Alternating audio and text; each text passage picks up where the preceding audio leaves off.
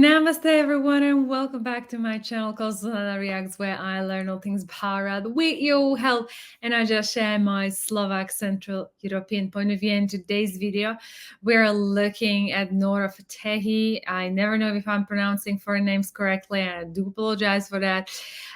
It's just, even though I repeated myself 1,000 times, it still comes out wrong. Go figure, I guess.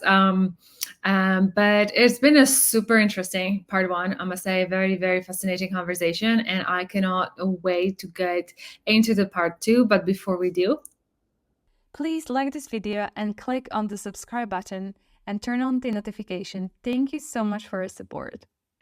Okay, so let's continue. They've been talking about auras and how different superstars have different stardom and the energy that pulls in. So I'm very curious what we're on to into the part two. Of course I'd feel bad. Yeah, of course. The reason I'm asking you that go for it. is because I feel even you have a clean energy. Yeah, but you're very sharpened up. Yeah. Do you know what I mean? Yeah, 100%. I agree. Yeah, Going for back sure. to the start. So, yeah. I think your clean energy would feel bad. Then your sharp energy would just be like, oh, okay, this is another. Yeah, obviously, like I will cry for like 10 minutes at home. And then after that, I'd be like, girl, get yourself up. We have things to do. We have to take over the world. You know? So I'm fascinated by like your experiences. I believe that to grow in life, you have to leave home. You've left the whole country. Like, it's not normal what you've done. It's very cool. Thanks. And despite, I'm sure you've seen a lot of shit while getting to this point. So my question to you is, did this happen recently? What exactly? Them bullying you? Oh yeah, all the time. Even now? Even now, yeah, even now. Because I'm intimidating in the end of the day. Some people don't get it. They don't understand. Like, how come her? Why not our girls? Why not this one? Why not my girl? Why not my, why her? There's so much of that happens, and they get so angry, and they don't, also a lot of them don't like my directness. I'm very direct, I'm not like the other girls who is like, yes, sir. Yeah. I'm not like, I will come, I will joke with you. I will, you're my homie. I will tell you in your face if I feel like something is off. I'll be frank. I'll also be the most amazing person for you. I'll help you in anything that you need. I'm like going back to my hood, Jane and Finch, and how I was brought up in my friend circle, we ride with each other. I'm a rider, literally. Like, that sounds funny, but in terms of like, if you need something, I'm there, right? But at the same time, if you're effing up, I'll tell you. Or if I feel like something is weird, I'll say it. I'll be the one in the room who would say the most awkward thing. But some people, they don't like that. They prefer someone quiet, submissive, someone who looks like they really need work or they really want something. So then you give them the ability to be more powerful and to be able to have the control of certain situations. I don't give that to anybody. And that's used. And that's very interesting, because I feel I can relate to her, because I feel like I'm personally very, very outspoken. But over my years, and especially as I'm getting older and older and older, I'm trying to be perhaps more selective with my words. And it's not something I used to do, because I feel like I personally do not get offended very easily. Certainly, the YouTube experience for me has been interesting, because there has been so many offensive things and so many just like out of the whack, batshit crazy comments that I'm learning this space, and it's just shocking how many batshit crazy, like outrageous things people can say because they're in the online space. And then I think you have to make a decision. I come from a very direct culture. I think perhaps Indian culture, correct me if I'm wrong, is also maybe direct, but what she's insinuating that it's not. And I've heard this, and I mean, no offense, I'm just relaying information. Once, many, many years ago in London, I was told, and that again, like, I'm not saying that to offend anyone, but I'm just saying that one girl told me that, let's say that Indian women are not to be trusted, because they say one thing to your face and something else behind. And, like, I personally don't have that experience. I perhaps haven't met that many Indians in my life. Or I felt like with those that I met, I felt like they were like super cool, really lovely. I would highly rate them people. But that is, for example, what I have been relayed to just be very, very, very weary, because I think one thing to understand about me, that I believe inherently, and I can't get it out of me, that we are all good, and I would like to believe that none of us goes into conversations and things with bad intentions. What YouTube told me, that I'm very naive for thinking that, but that just comes, I feel like, from my, soul or inner being. And I'd like to see the good in people. We're not always going to be good, but just because you had your moments doesn't mean you're a bad person. And maybe if we stop playing the game of morality and just being a bit more open-minded and less judgmental, the world would be a better place. But yeah, it's an interesting thing that she's mentioning. So let's go back to the video. By turning theory into practice. Yeah, of course. And they'll say things like, she's nothing, she's nobody, she's at fault, she's not talented, why is she here? All that happens, and then they see you again, with them in certain events, or they seem to not be able to brush you off. Wherever they go, you're there too. Maybe because you were invited also, or you're also doing the same job as them, or whatever it is, and it irritates them more. But what is this? So they feel like you're slowly going up and reaching where they are, and they don't want that. So then they start to bully you, demean you, talk bad about you, almost to cover your aura with their negative blanket. And sometimes people succumb to that blanket and then they drown in it. And then some people like me would just like throw it off again and be like, all right, what's going on? You know what I mean? So are you okay saying these things on a podcast? Yeah, of course. Yeah. You're speaking the truth. You're speaking the truth that audiences know. You're speaking the truth that most media professionals know. People Why don't not? say these things Why would I openly. not be? Look, people are okay to talk shit about me all the time. And nobody thinks about how I feel. Do you think I don't see what they write about me on Reddit? Reddit is wild. They say the craziest shit about me. I see the comment sections. I see the articles, the blind articles. I see what people say about me all the time. And I sit and I'm like, oh, they know I'm going to see this. And they never think twice about how I'm going to feel, my mental health. They don't think twice about whether it's real or not, it's false. I see the tweets. I see, these random self-proclaimed critics or self-proclaimed bloggers or whatever they want to call themselves. They go and they tweet things that are not right. They're wrong. They're lies. And that damages my reputation. And it makes people talk so much crap about me. And I can't even say, hey guys, it's not true. I can't even say that. I just watch it happen. So I see how they have all the balls to do that, and they don't face repercussion. They don't get canceled. Nobody says anything to them. I know I have a very open personality, and I'm very spontaneous, and I'm an open book. So when I'm on a podcast, I talk freely because I want people to know who I am. I can't even count the internet rumors that have spread lies about me. And at one point, I used to feel a sense of, why? Why this?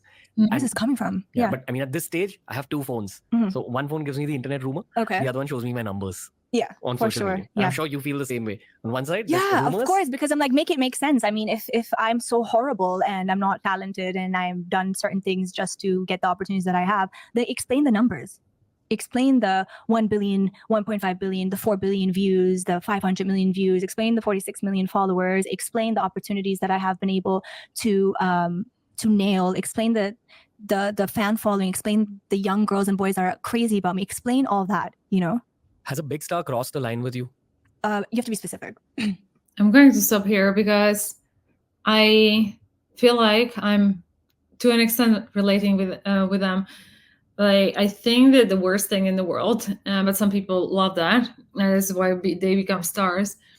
They love, be famous and popular. And I think that's the worst thing that you can do because, again, even if I'm just on my little channel talking to you guys, but when, like most of you guys told me, like, don't take things seriously. But it's like,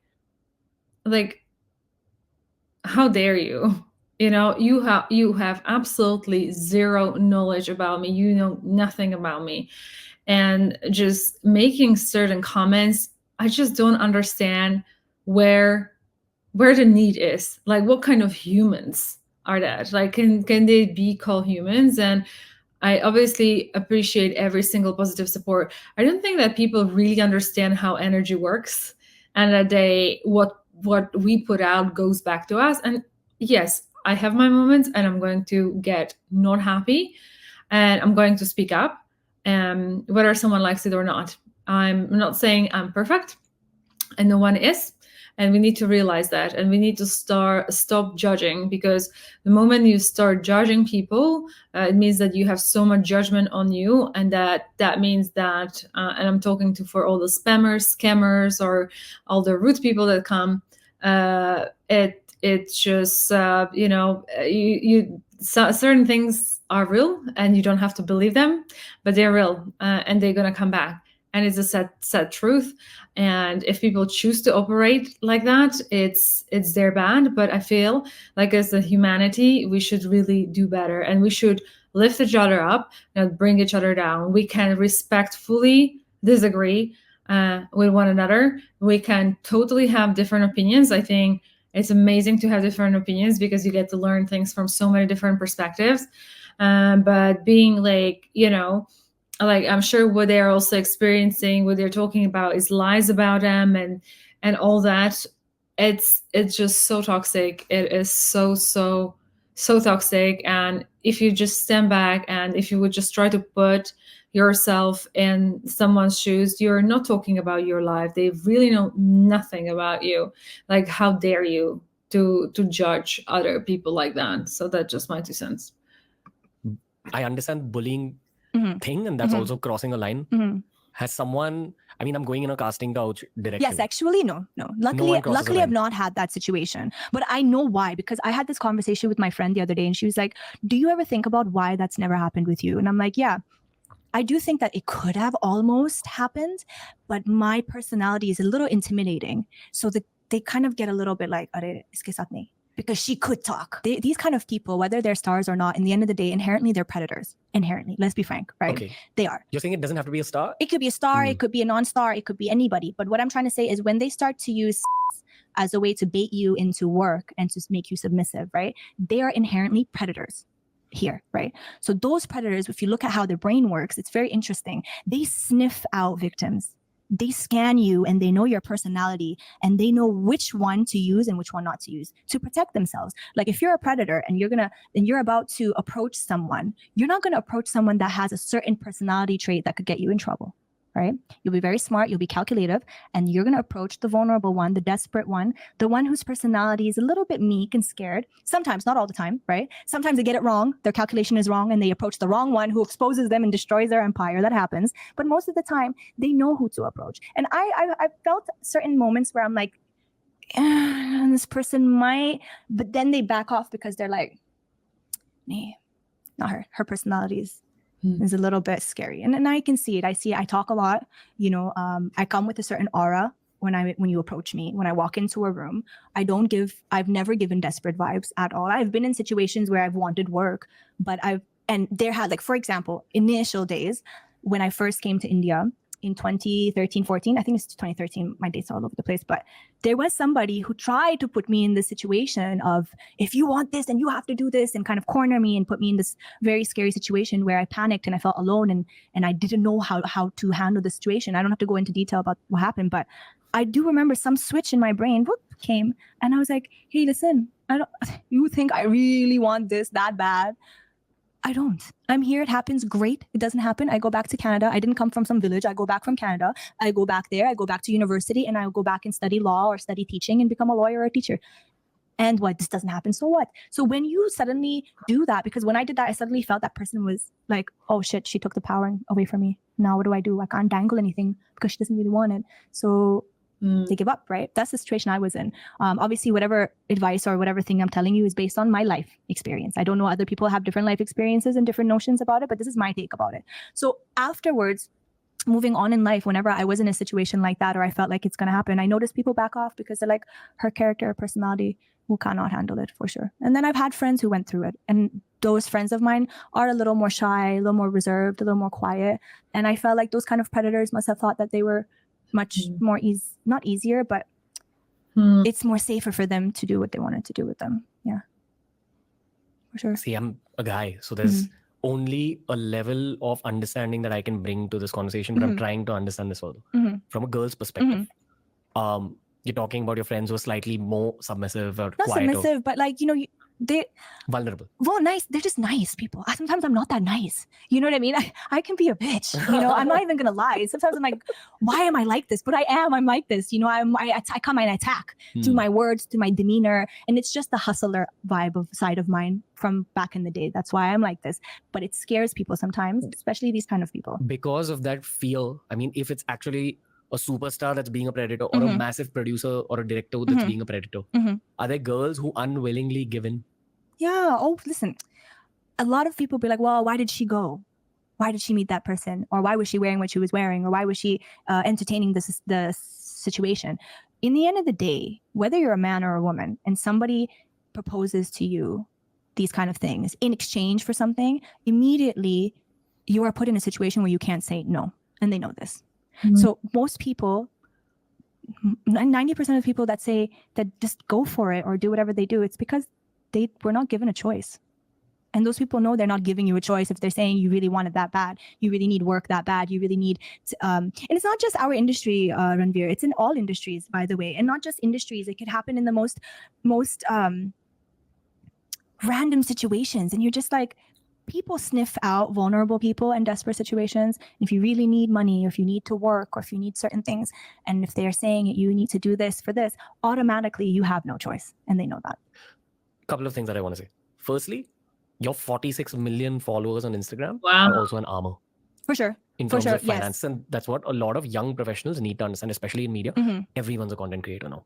100%. Yeah. I mean, I am too. I make money from YouTube. I make money from content I put out, you know? I pray that you get everything that you want. Thank you. But in saying that, even if you never sign a film, you're financially going to take care of yourself forever. Oh, yeah, for sure. Because, not just because of those 46 million people, but that's a massive part of your 100%. Finances. That's why but here's the thing, Ranveer, like I'm going to tell you from when I was growing up, because you're just talking about Bollywood. I'm talking about even when I was 19, 18, 17, 16, 20, back in the day when I was hustling, doing all the jobs that I was doing, you know, from working at McDonald's to working at a shawarma place to working at a telemarketing place. And I was doing double shifts to performing at people's events. I did everything, right? Even at that time, I met people who would try to corner me or dangle things in front of me and, you know, be like, well, if you want this, then you need to do this. And that wasn't even Bollywood. That was just the streets of Toronto. You know what I mean? Like the most random place. So as a woman, now even as a man at this point, you will meet people who are at a powerful position and they use it to their advantage in exchange for something else. And you have to know how to behave at that time. So even at that time, I never allowed any of that stuff to happen. You also probably need a radar. But you build a radar, you develop a radar. How do you pick up on predator energy? But it's a thing. It really is a thing, especially if you're in tune with your life experiences and your journey, you start to remember certain characteristics and certain things about people. And then as you grow up, you're like, I've seen this before. The truth is in the touch, right? Yeah, for sure. Unfriendly touch. Oh, not just that. It's just when they enter, when you just see them, and you're like, wait a second. What is it in the look? Tells you, okay, predator. Well, if you read energies really well, you can tell from the way they look at you. You can see from their body language, the way they're talking. There's just a way. And sometimes they catch you off guard. Sometimes you don't even know. It takes a whole conversation. And then in the end of the conversation, you're like, oh. Are these the most dangerous ones? No, those are just, they're all dangerous, right? And it's also how you make it. Sometimes they are dangerous, but it's how you behave in the situation and how you get yourself out of it. It just saddens me that there are people in the world that will want to use your desire for something or your situation to their advantage. It's very sad. How do you differentiate between a guy coming up to you with genuine nice intention versus these predators? I mean, what if a guy is hitting you? I never really you? thought about that. But you don't mind the energy of the guy. It's like positive energy. It's so hard to say now because there are so many different types of predators. There are sexual predators who want right? And then there are clout predators who want to use you for your clout. It's called fame. Yeah. I didn't know you could swear on the podcast. Oh my God. Thank God. There are literally clout motherfuckers who will court you, who will do everything to make you feel like they want you. And they actually just want your clout. They just want to use you for your fame. Guys. Yes. Who want to date you for your fame. Yeah, of course. I mean, I'm sure that's a thing. I'm just confirming. Yeah, for the sake of not with narrative. me. Not with me. I mean, this is fully guarded, okay? And that's why you don't see me running around with guys or dating or, this. Oh, I think she's with this one or that. I stay alone because I gotta filter everyone and know what everyone's intention is before I allow them in my vicinity. But I see this happening in front of me. I see it in my industry. People get married for clout. People use, these wives or husbands for networking, for circles, for money, for relevancy. Ki, say shadi karni hai so that I can make sure I'm relevant for the next 3 years because she's got a few films releasing and they were doing well in the box office. So I got to ride that wave. People are that calculative. Those are predators too, no? Don't you think? Yeah, not everything is about sex. Yeah. I think everything that a human being does comes out of the motivation for power And money. and money. You know what I mean? Wow, guys, I mean, we know these things, right? But even if it's like now, she comes across very like candid, very sincere. Obviously, I know nothing about her despite her huge following. But it just makes you wonder, like, why would you voluntarily put yourself in that position where people, I didn't know whether it F's up with people's heads. Like, no wonder, right? Like, this is why I personally don't understand these types of aspirations, but I understand when you're young, you see the shine and glamour, but what's behind it, I think it's very, very vicious and very bad. Let's continue. I mean, and fame also. Power. Yeah, but you could be famous and not powerful. You can be powerful and not famous also, right? So fair. We got to talk about 4 categories, and the amount of the crazy stuff that guys and girls will do, they will destroy their whole personal life for money, fame, power, et cetera, et cetera. Like, nothing is worse than getting married to someone that you don't even love and living with them for years. You see that around? Come on now. Most of the people in our industry are doing that nonsense, just because they want to be in the right camps and circles and they want to be relevant because they don't know where their career is going to go. So they need to, have backup plan A, plan B, plan C. I totally understand being worried about your career and your not potential, but your name and your brand. I understand having to, but I don't understand sacrificing your personal life and your mental health and your happiness, because in the end of the day, work is work and home life and personal life is something else. You can't mix both of the things together because you'll never be happy. And then you wonder why you're depressed and, suicidal and, you can't sleep at night. It's because you've mixed both things together unnecessarily due to greed and bad intentions. Your intentions were wrong to begin with. I see this all the time and I'm like, this is crazy. I understand working hard to stay where you are in the industry, doing multiple things in the industry, maybe acting, singing, this to stay relevant and make money. I understand trying to build a proper network base and being a part of certain camps, but then you got to work towards those things, right?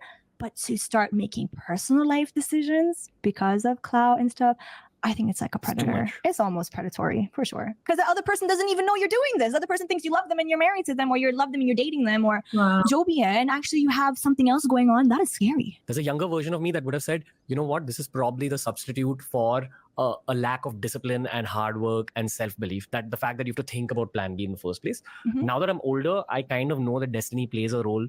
At least that's what I've learned through the show. I don't believe that destiny is the ultimate thing. I think that, of course, it's like half hard work, half fate, luck, whatever. Which is why I just question these realities. Is it the fact that they've tried with everything that they had, all the discipline that they had, and then they're forced to do this? Or the fact that... Forced to what, be a predator? No, forced to marry for clout and forced to alter their personal lives for the sake of their careers. That is possibly the biggest sacrifice that I can think of on a human level. Other than trading your soul with the devil. No, I just think that too. Of course, there's a lot of people who sell their soul for the devil. They sell their soul for everything. But there are also some of the... Wait, what is she saying? It like it's a non-thing, and I think I've mentioned before that there are videos about that, and people are saying this is real, and then there's everyone dismissing that, and she's just saying it like, oh, by the way, like the sun rises. No, there are people that are selling their souls. Whew. Right. I think we need to actually, I don't know if you guys have seen this podcast before, but like, I feel like we need to actually get that sink in. Like, even for those non-believers in spirituality and stuff, like this shit is actually real. I know from people it's real.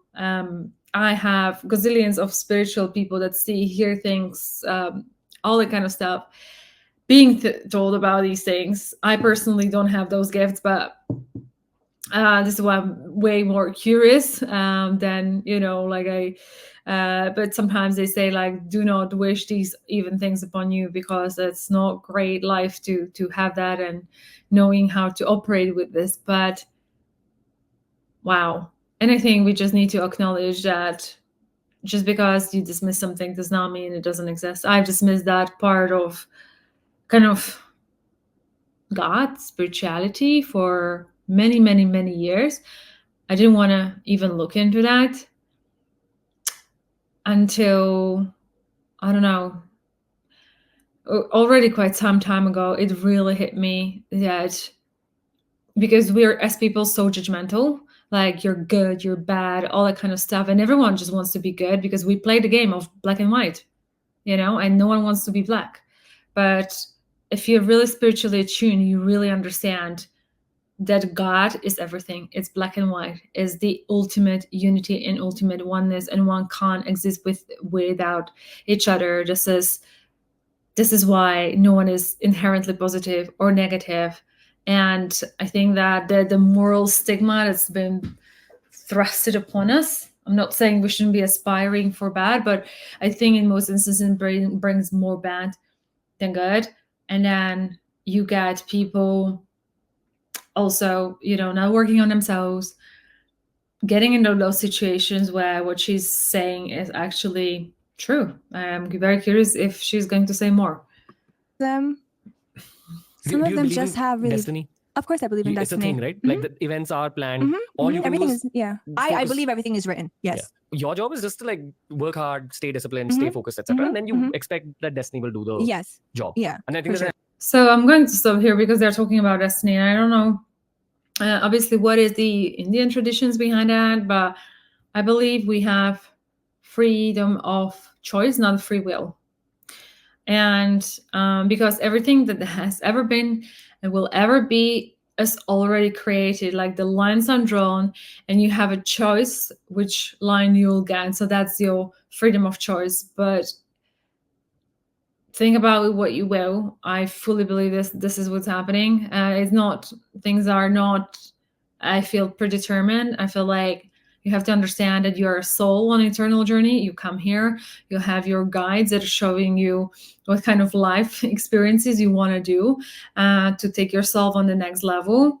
And maybe there are certain events that will have to happen, but the way they happen or whatever, it depends on the route that you take, and this is where you have choice. But when I'm studying things on galactic history and all that kind of stuff, it's things are kind of all the options, like the version, and it's not even from what I'm studying, it's also from people that have those experiences. And the thing is, like, everyone can have their own spiritual experiences, but I talked to someone that he was telling me about, like, when the time has stopped and he saw himself crossing the street, being hit by the car, going left, going right, and what aversion, you know, and everything that creates a different reality, but it already exists. You know, if he crossed the street, there is a reality that unfolds after that. So it's pretty fascinating, I think, personally. Element of karma, be a kind person. Yeah. And then you said, for example, then destiny doesn't play the way you want it to be played. So then maybe they might do the things that we just discussed. But you have to have a different type of spirit to act even off camera. Because technically you're acting, right? You've made certain decisions. You've dragged certain people in those decisions, and you're playing a role for money or for a career or for fame or for relevancy. Some of them just want to be relevant, you know? Why? Because they're fucking crazy. because it's a drug, right? Like fame is a drug. Money is a drug. If you don't have self-control, if you're not disciplined, if you don't fear God, there's a lot of things that come into play. Then the devil himself in fame will attack. And when he attacks, he will take control of your spirit and your mind and your morals and your values. So suddenly you start making certain decisions and doing things in your life that go against your morals and values. And you don't even care anymore because you're like, I need the money, I need the fame, I need to be relevant, I need to stick around, I need to be here, I need to. It's crazy. Had you had the discipline, self-control, the fear of God, the faith, etc., you would be able to balance the importance of money, fame, work, relevancy with real life and realize that this is great. I have this, or I had this, but I cannot sell myself and my entire life for this forever, because this is not forever. What remains forever is you, your person, your thoughts, your actions, your good deeds, your spirit, your faith. All of these things remain forever. Your relationships with people, what good and bad you did, how many people you've helped, you left a lasting positive mark on someone's life. These are the things that matter, right? Fame and all these things, they're great. Look, I'm famous. I have money too. I've got the success and I have people who admire me, and I'm doing all the things I've always wanted to do. I'm fulfilling my dreams. This is all great, but I'm doing this in the cleanest way possible by working really hard, giving all my time and effort, building on my skill, working on myself, and being good to people. That's it. But I'm not manipulating and making decisions in my life and manipulating the people around me to get these things done. This is where I'm like, bro, you're fucking crazy. I miss my childhood. Me too. Sometimes I'm like, I miss my childhood too. You know, isn't it so crazy that when we're kids, we want to grow up and become adults so quickly? And we're like, gosh, maybe, you know, heels pehenti hu, yeah, makeup lagati hu, yeah, whatever. We see all these things, and then we grow up and we're adults and we're like, it wasn't that great. I might want to go back to being a kid. You're desperate to be an adult when you're a kid. It's so crazy. And some of these kids, I'm like, shut up, stay being a kid and enjoy it while it lasts, because you're gonna have to pay taxes and bills when you get older. Yeah. The moment you're 18 or 22, you have that wake up call. And then you really, really, really miss being a kid. Yeah, I had mine when I was 16. That was my wake-up call. I'm like, began working there? Yeah, my first job. You're also 93? Mm-hmm. I'm 93. I'm 92, but yeah, okay. Okay, Yeah. kind of same thing. But it's fine, give or take. Yeah. when you meet people in that same age range, at least for me nowadays, I connect very deeply with that specific age bracket, because we've all seen the same quantum of trauma. Yeah. In different ways. Are you traumatized too? Yeah, of Oh course. my God, me too. Oh my God, I have a lot of trauma. I don't think one can chase fame without trauma being the precursor, or you're born in like a fame-oriented environment. It's one of the two. There has to be something that makes you want to have this kind of attention on yourself this much. For sure. You want validation, you want consent. Okay. I'm going to cut this one here. Because they're opening a new different topic, so I'm just going to start the part 3 with that. It sounds very interesting. I'm very curious what they're going to say about how the trauma is related to faith, because, you know, as you were listening to me, I said, like, no one in their, I think, right mind would want that attention and that lack of privacy, everyone knowing everything about you, everyone just like having unnecessary thoughts about your personality and the way you behave and being judged. It's just so weird, I think, in my opinion, for someone to actually proactively go and want that. So wow. What a fascinating conversation. I think I'm just going to leave it here, since we are around 33-minute mark as I'm looking at that. And I totally enjoyed it, and I would love to know your thoughts about, you know, like if you have any experiences with what she said about selling someone's thing, and because I'm always fascinated to hear from people who have those, you know, other experiences and what they have seen, what they've heard. I think for me, it's because, as I said, like, I don't have that. It just gives me, you know, because I've been on this journey for, I think, 20 years now, and I've always been attracted to people who can see, hear things, and I can talk about based on what I've read, learned, and then you start seeing patterns. And then, you know, over 20 years is a long time to be observing patterns, and then you start forming your opinion. So, you know, when I talk about spirituality, you know, it's what I've observed throughout the life, what I've read, but also all the people that I have spoken to. And it is fascinating to, you know, get the different snippets and how they maybe played part. Who the heck knows if I'm even interpreting all of that correctly. But, you know, when one thing comes up a number of times, I feel like, you know, there might be some truth to it. So Very fascinating conversation for me. I'm loving this so far. I hope you are too. And with that being said, thank you so much for watching this part 2 with me. If you did enjoy it, please give a thumbs up, share a like, and subscribe to this channel. And I will see you in the part 3 of this video. Until then, please do take care. I'm sending lots and lots of love. Bye-bye.